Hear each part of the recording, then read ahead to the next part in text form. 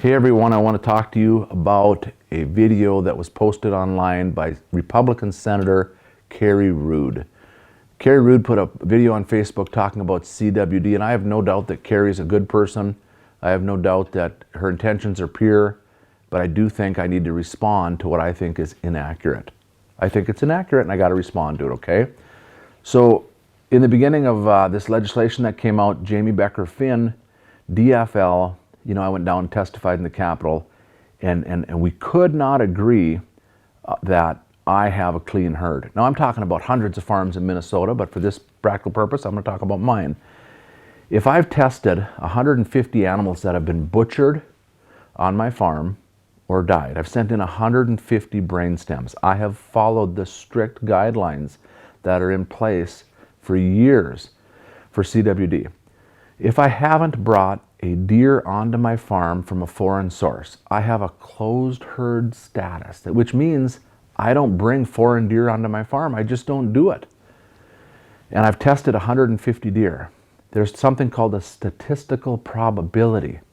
And if I only had, let's say, 80 deer left on my farm, or for this argument, let's say I only had 1 deer left on my farm, at what point, when I've tested 150 that have all come back with negative CWD results, at what point can I say I have a clean herd? Jamie Becker-Finn's testimony, dangerous disease, it's so contagious, it's awful, double fencing. Well, I agree, but if it's such a dangerous disease and it's so highly contagious, and I've tested 150 deer on my farm and I only have 1 left, at what point can we say, well, statistical probability is you've butchered all the moms, all the dads for 15 years. You've never brought a new deer onto your farm. So statistically, you don't have CWD in your last 1 deer. You've tested such a high amount, or 50 or 80 deer, whatever that number is. Statistical probability. Jamie Becker-Finn doesn't want to acknowledge that. And what does she say at the hearing? When I get done talking, she has to get her last 2 cents in. Let's listen to the sound clip. And the problem is that we don't know if the deer are clean until they're dead. And that's part of what makes this disease particularly difficult. She says something to the effect of, well, you haven't tested your live ones, so we don't know. It's like arguing with a 3rd grader. You just can't win. There's no amount of science or common sense that's going to make sense because they have an agenda. So when I listen to, and what's that agenda? It's not to fight CWD. It's to wipe out family farms in Minnesota, people that have chose to invest in Minnesota, to invest their hard-earned money, to buy land, buy fence, support the local hardware stores, support their local gas stations, buy fuel, tractors, tires, batteries, invest in agriculture, farming white-tailed deer. Their agenda is to wipe that out. And I've known that for years, and I believed that to be true. So now all of a sudden, I listened to Senator Ruud, a Republican. She puts a video out on Facebook, and again, I'm sure she's a good person, I have no doubt. But I believe that she's been contaminated by the theory coming from Minnesota Deer Hunters Association. Their top guy, their executive director, is Craig Engwall, a former lifelong DNR employee. It's a magical thing. He's now the executive director of the Minnesota Deer Hunters. He gets to go down to the Capitol and testify and drop a list of what do we want to do against deer farms, ignoring all the other science, and that's what they want, according to a DNR employee who's now running Minnesota Deer Hunters Association. I think they're just a puppet for the DNR. Minnesota Deer Hunters Association, in my opinion, is a puppet for the DNR. Carrie says I'm going to support their agenda. Listen to the sound clip. And so I support the deer hunters' agenda that they brought forward, the things that they passed that they think are very important, double fencing. And I also believe in no innocent movement of the animals and a moratorium on new farms. They have an agenda. It isn't to fight CWD. I don't see any legislation coming out saying we want tougher laws on anybody that imports a deer from a western states or Wisconsin where there's CWD. We want the authority to do a roadside check, like a DWI checkpoint. We want it written in statute that our game wardens can sit on I-94 southeast of the cities and the game wardens can stop trucks coming in and see if they're bringing carcasses into Minnesota. There's no legislation for that. But we're going to attack deer farms. So Carrie, honestly, Carrie, I'm asking you a serious question, and respectfully, Carrie, what do I do when you pass a law and you're in support of, you say it, a law that would prevent any interstate movement of white-tailed deer? I have an entertainment business. I've built it up since probably 96. And I travel with live white-tailed bucks to major sports shows all over the country. We've followed all the rules. We've complied with all the CWD regulations. We've done everything proper. And with one stroke of a pen, you say, I'm supporting legislation for no interstate movement of white-tailed deer. What do I do then? What do I do with my custom-made trailer? You are signing the death warrant for my farm, and you're pushing for it. What do I do with my trailer? I can't use it for anything else other than exhibiting live white-tailed deer. I got a huge investment there. I invested in Minnesota. And so now all of a sudden you're saying, we don't want any movement. What do I do with my tame show bucks that are pets? Well, you can keep them as pets, and you can have pets on your farm, Steve. Can I? Really? But you're cutting off my revenue stream. What do I do with the show promoters that are planning on me being in their state next year, bringing my healthy deer, remember, statistical probability that they're healthy? My healthy deer, I get an import permit from a vet in another state. And that vet says, yeah, you've got a healthy herd, you can bring them in to exhibit. They won't come in contact with any other deer. There's no other deer at the sports show. They stay on the trailer for a few days and you bring them home. You have a healthy herd, it's no risk, bring them in. Your legislation, Carrie, is going to supersede the knowledge and experience of state vets across this country.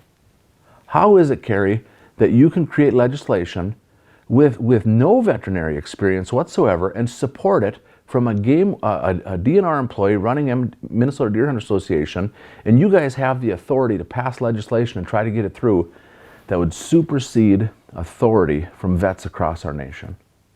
It stinks to me. So what do I do with my tame deer, Carrie? I can keep them as pets, but I have no income stream from going to sports shows and entertaining people. Then you're in favor of double fencing. You say, well, double fencing, I'm in support of that. I'm following the Minnesota Deer Hunters Association agenda. Okay, well, double fencing. If I go out and I want to double fence through a swamp, my tractor doesn't run in a swamp. It gets stuck. I have to put 1,000 poles in the ground. It's almost impossible for me to put up a double fence, and it's going to cost me about $75,000.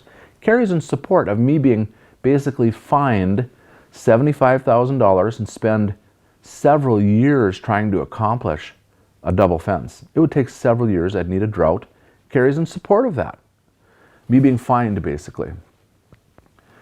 Carrie, I think that you owe it to all the citizens in your area to go visit a deer farm.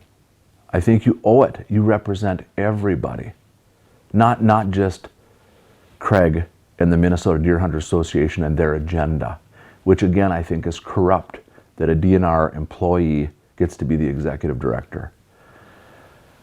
What do I do with my farm animals when these laws pass? I've said before, it's going to force me to kill them. And you guys are saying, well, no, you don't have to kill them.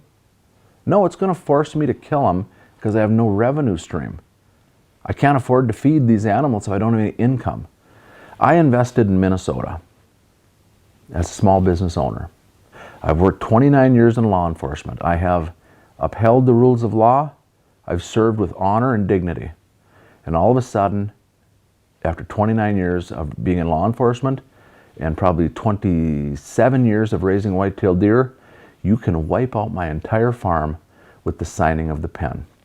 Carrie, I want to invite you to come up to my farm. Please, come up to my farm. I want to introduce you to my wife. I want to introduce you to my son, Dylan, who's worked on this farm since he was in diapers. I want to introduce you to Brody. Brody's 17 years old. He sets up a fawn nursery every spring and takes care of our healthy animals, and gets up all night long and watches them and combs the fawn pens looking for fawns. I want to introduce you to my son, Nolan, who takes predator control very seriously. He's just turned 15 growing up on a farm. He's on top of trapping coyotes. Raccoons will come in and try to kill a fawn. They've done it. He's my predator control officer. I want to introduce you to Nolan.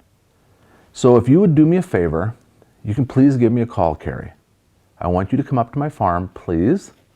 My phone number, 218-526-0180. You are endorsing legislation that's going to wipe out 300, I'm guessing that's the number of farms. And I think you're better than that. I really do. I think you need to reconsider what you're doing and come on up here and we'll have a good visit. You can bring with as many people as you want. You can even bring with Craig Engwall. Bring him with to my farm. Craig likes big antlers. We'll talk about big antlers. It'll be fun. Seriously, come up to my farm. Let's not destroy lives based on misinformation from Jamie Becker Finn and Craig is spewing misinformation. So Carrie, when Craig came to you with his agenda and he told you what he wanted MDHA to do and the laws they wanted proposed, did he explain to you that in the state of North Dakota, they have CWD on the landscape? The wild deer in North Dakota have had CWD, and they will continue to have CWD. But of all the deer farms in North Dakota, the farm deer, there's never been a case of CWD on a farm deer in North Dakota.